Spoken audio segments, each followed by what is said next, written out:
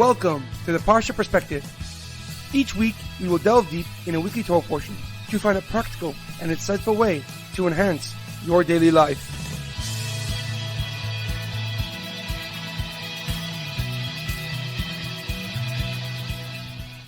Thank you for tuning in. My name is Rabbi Shalom Yamini, and each week we will look into the weekly Torah portion to find practical and insightful ways to enhance your daily life.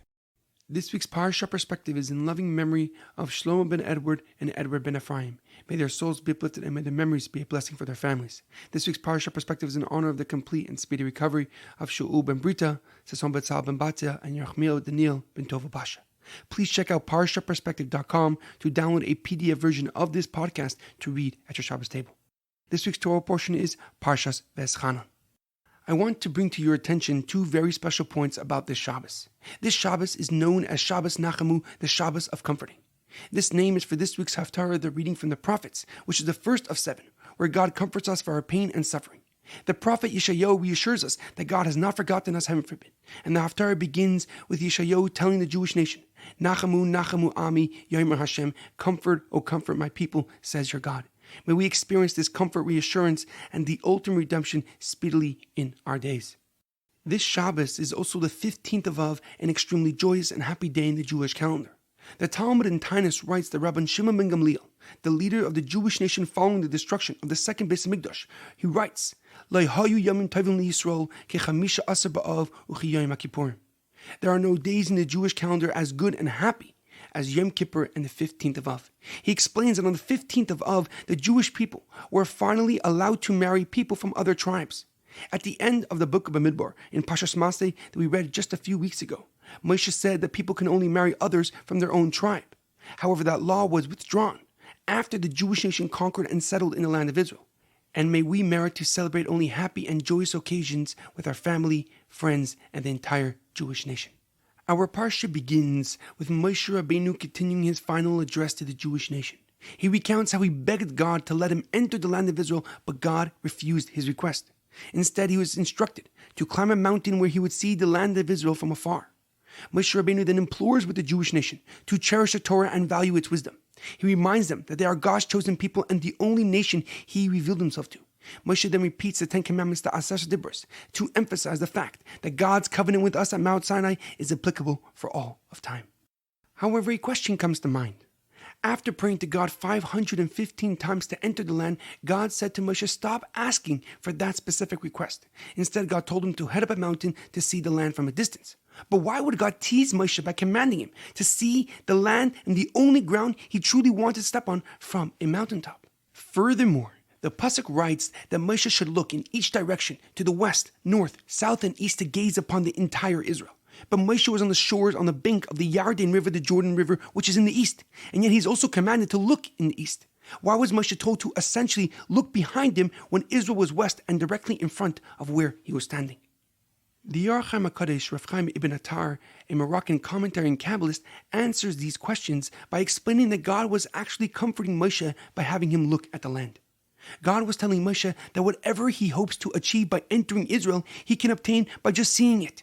And although he would never enter Israel, he should be consoled by the fact that he has already received all the holiness it has to offer.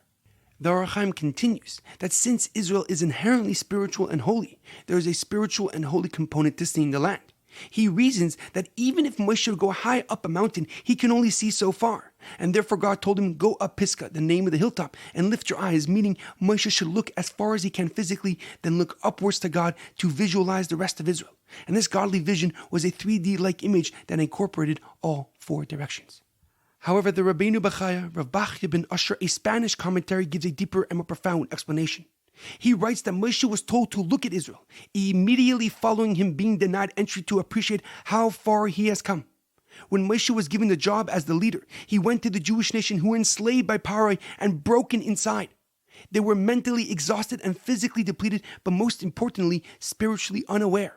But through Moshe's love and devotion to the Jewish nation, he started to bring them and gently bring them back to life.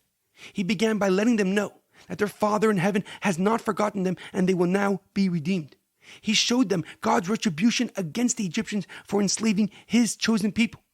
Moshe awakened their soul and filled their hearts once again with trust and faith in God.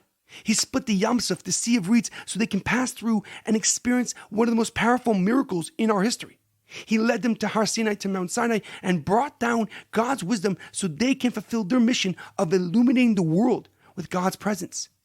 The Rabbeinu Bechaya explains that Moshe was commanded to look at Israel right after being told that he cannot enter it so he can comprehend how far he has indeed come.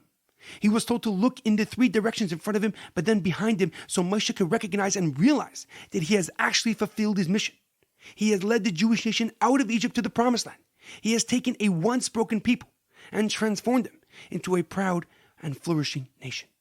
In our daily life, it is imperative we understand that we must value the journey we are on regardless of accomplishing our goals. We should take heed of the path we originated from and recognize how far we have come, how we have changed our mindset, perspective, and most importantly, our actions to become a better version of ourselves. This self-awareness applies even if we have not achieved our specified goal, because growth and progress are life's true objective. There's an amazing quote by General Dwight D. Eisenhower. Accomplishments will prove to be a journey, not a destination. Have a great weekend and good Shabbos.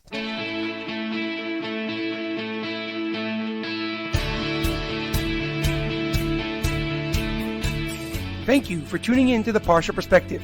Check out our website, theparshaperspective.com. Send thoughts and comments to theparshaperspective@gmail.com. Till next time, thanks for listening.